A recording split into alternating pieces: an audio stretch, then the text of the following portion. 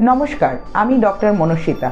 Pharmacy বাজারের একটি নতুন ইউটিউব ভিডিওতে আপনাদের সবাইকে স্বাগত। পলিফার্মাসি কথাটা আজকালকার দিনে বহুল পরিচিত এবং বয়স্ক মানুষদের ক্ষেত্রে পলিফার্মাসি যে কতটা ডেঞ্জারাস হয়ে উঠতে পারে সেটা আমরা নিজেরা অনেক সময় ডাক্তার হিসেবে দেখি।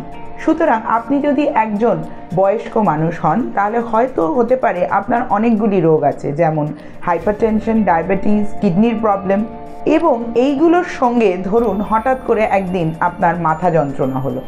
হতেই পারে আপনি কোনো ডাক্তারকে কনসাল্ট না করে গুগল বাবাকে দেখেই নিজের ওপর নিজে ওষুধ অ্যাপ্লাই করলেন এবং সেই ওষুধ খাওয়ার পরে আপনার হাইপারটেনশন, ডায়াবেটিস বা আপনার কিডনি স্টোন আরও অ্যাগ্রাভেট হয়ে গেল, মানে আরও খারাপ হলো।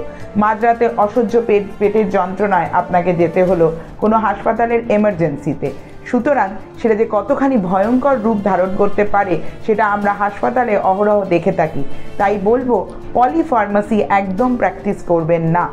আপনার যদি রেগুলার বেসিসে কোনো ওষুধ চলে তাহলে তার ওপর যদি কোনো নতুন উপসর্গ হয় তাহলে অবশ্যই আপনার নিজের জেনারেল ফিজিশিয়ানের সঙ্গে যোগাযোগ করুন।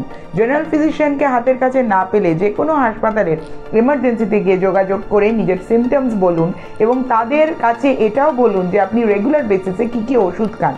তারা আপনাকে হেল্প করবে সেই ওষুধের এফেক্টস এবং সাইড এফেক্টসকে ব্যালেন্স করে নতুন কোনো ওষুধ ইন্ট্রোডিউস করে আপনার উপসর্গের নির্মূল করতে। সুতরাং polypharmacy is dangerous and you should never practice it without the advice of any doctor. Thank you. আশা করি আপনাদের ভালো লাগলো এই টপিকটা, এই নিয়ে মানে পলিফার্মাসি ইন এল্ডারলি পেশেন্ট নিয়ে বা অন্য কোনো এজ গ্রুপের পেশেন্ট নিয়েও যদি আপনাদের মনে কোনো রকম প্রশ্ন থাকে তাহলে অবশ্যই কমেন্ট সেকশনে আমাকে জানাবেন। আমি চেষ্টা করব সেগুলোর উত্তর দিয়ে আপনাদের সাহায্য করতে। ভালো থাকবেন, সুস্থ থাকবেন। নমস্কার। Pharmacy Bazaar, healthcare services since 1992. We are offering discount up to 25% on medicine. Log on to www.pharmacybazaar.in. Download the app now.